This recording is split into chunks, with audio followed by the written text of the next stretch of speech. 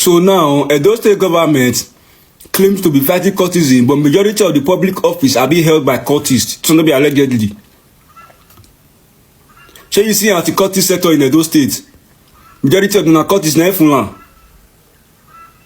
You go see retired coordinators, retire this one, retire this one. But they go tell you say they don't renounce. It's not youth awareness. Some people for instance, cultists they be. They go tell you say they don't renounce. If you don't renounce, you as a cultist, go start to critical business. But no, person when be cultist when no renounce, now still carry go give and public office.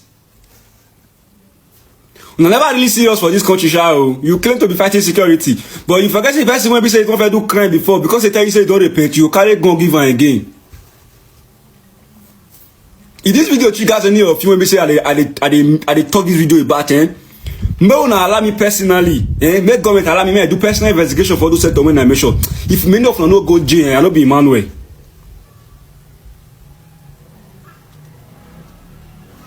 They use cultists, they fight cultism. I'm not serious for this country as well. I'm not really serious. But what do I know? What APC cannot do does not. I be what APC cannot do does not exist. Man, not go speak English. Man, not know safe. I could come and go school before.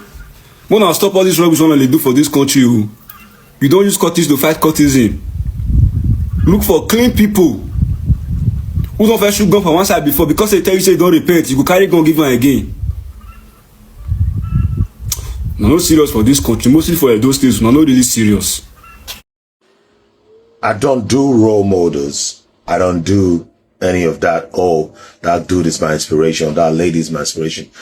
And that is why I've been able to keep my head sane, because I've seen a lot of people get distracted and get confused when their role models and their inspiration act as humans, because their role models, they think their role models were in humans until they act as humans, and then you see them having depression or mental health. I'm like, you're mad. This is the reasons I get away from this. That's not what I'm discussing today.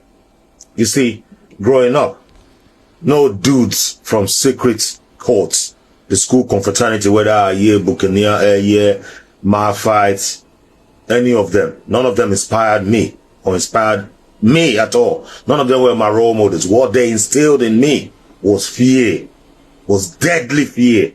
No joke about this. They're not born you to look a cultist. Sorry, I'm OCD. Once I see something on my shirt, man, until you go. You know, the rest of blessing a part of the shirt that they try to peel. Anyway, they instilled fear. I mean, deadly fear that they could kill us any minute in us. That's what boys who were in confraternity did. I don't want to mention names. If I do, most of you will understand these names. The first time I saw a gun being shot was not far from me, it was yards from me. We were sat at a bakery that was on my mom's plot of land, and this dude shot a gun, robbing a car. He was a member of what we call the EIYE, the Black Movement. This is one of the dudes I respected and I feared. There were MAPHITE dudes that we saw coming from a distance with their bell. Buccaneer dudes, Vikings dudes that they said, that boy a deadly boy for Abrakao, but he was from Benin. We avoided those areas. Upper Sakuba was a no-go area. I went to Edo College. I left Edo College in 1995. I'm a class of 95. There were areas that was no-go. We come out of our school, we turned left. I couldn't go further than ICC because you got beat at the Kiosa market. We had to turn right and start trekking back home. This is how it was. There were deadly guys. There were guys who were 2 classes below me, 3 classes below me that became very deadly. And I saw them and I bailed. Not a joke now. So none of Confra boys were inspiration or role models. They just instilled deadly fear in us. They were major names now. Some of them still their life. Some don't die miserable. Some died of depression, poison, alcohol, poison, drug addiction and all. Major names from Edo State, from Benin, that we heard, we ran. I remember the first time I went to Ekboma, the school, to go celebrate with my friends who were graduating. There was a big fight. I regretted my life why I went. Man, life was just lost like that. Because of what? Then said person never even joined all this nonsense. So you didn't get my gist.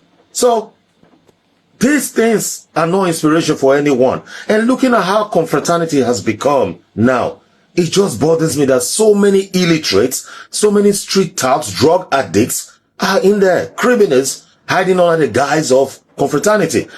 The government must proscribe them. There was a comment just now on a comment I made on Niger Conference page. And I love that comment about that boy, the guy who posted it. He said they need to be proscribed as homegrown terrorists. And that is what the government need to do. It's just a shame Tinubu's government and the one before it, Buhari one, they don't have a clue. Obasanjo knew what he was doing. These confraternities, whether you call yourself different name now and you're doing charity work, or whether you're still in the school, they need to be proscribed as homegrown terrorists. Just the way America does it, so you can deal with them by the law. Whether they're in the army, they're in the police, we don't care. Proscribe them as homegrown terrorists, because that's who they are. Terrorists are not those who come from the external to disturb us. Terrorists can still be homegrown and be internal. Otherwise, where would they go, man? We can't build our nation with people like this. We complain that Bill Gates is killing us with medication. They're killing black people. Yet, the most populous black nation on earth cannot get one single person to design a medication that is good for our body. Yet, with a shot Abakra, yeah, with a shot Ayemi Asman, with a shot whatever, with a shot on the streets. We complain that the Western world are killing us. Yet, we've not invented anything that will better our lives so that we can leave the white man alone. We have no engineers who can build roads. We have no urban town planners who can plan our towns with pavement. Nothing. We just miss. It is painful. None. Confraternity boys were deadly human beings. Even my mama. No. And he could point them out. Oh, Elian, not follow them. Confraternity wasn't fun. It wasn't inspiration at all. It wasn't a role modeling thing that, oh, let's go join because that boy fine. Nah! It was a deadly thing. It was a culture of fear. Because they used to beat you on the street, intimidate you everywhere you went. The person not going to talk the personality so they do to person. That's why you joined.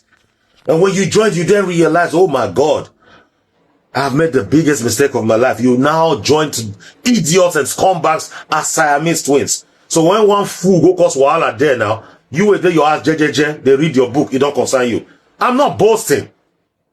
The thing when man go join, I better pass 99% of all of them. Immediately, I realized the idiots I would be ganging around with, I realized I made the biggest mistake of my life. And I started running away from them. And they began to call me Shele. They gave me name, Shele more, Shele this. Now I don't figure out. I don't hide it because this is nonsense.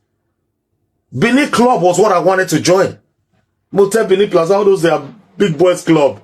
But they excluded poor people because we were dead poor, innit? Confraternity is not good. The government needs to have a grip of this. They need to declare. I think Senator Bebolo is the only one doing something good. And I think he needs to go further and make sure the House of Assembly describe and proscribe them as homegrown terrorists so that we can deal with confraternity in Benin as terrorism. That's the only way we can go. Otherwise, well, that's my own 2 bits.